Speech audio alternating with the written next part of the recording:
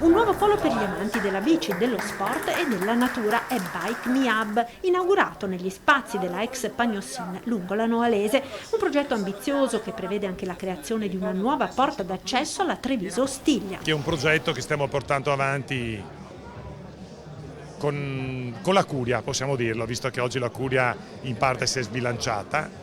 ed è un progetto che vuole rivalorizzare tutto il tratto dell'Ostiglia che lega Padova a Treviso. Bike Me Hub punta ad inserirsi nella rete del cicloturismo lungo l'Ostiglia, uno degli assi ciclopedonali sui quali anche la Regione Veneto ha puntato in questi anni, ed un settore, quello della bici, che nell'era del post-Covid e delle vacanze slow sta conoscendo un nuovo slancio. Forse l'unica cosa positiva del Covid è che ha fatto sì che molta gente si rendesse conto di cos'è l'importanza del turismo in Italia e in Regione Veneto, perché il turismo non è soltanto gente che va a dormire in qualche luogo, quindi ricettività, ma turismo è enogastronomia, è commercio, è artigianato, è trasporti, è tutto, è cultura ovviamente ed è anche sport. Il Comune di Treviso ha assicurato l'impegno per ridurre la burocrazia e consentire il rapido proseguimento di un progetto che assume una valenza ancor più significativa in questo difficile momento per l'economia ed il turismo. Un progetto di altissima qualità e che vede Treviso protagonista nel settore del cicloturismo, dello sport, della vita sana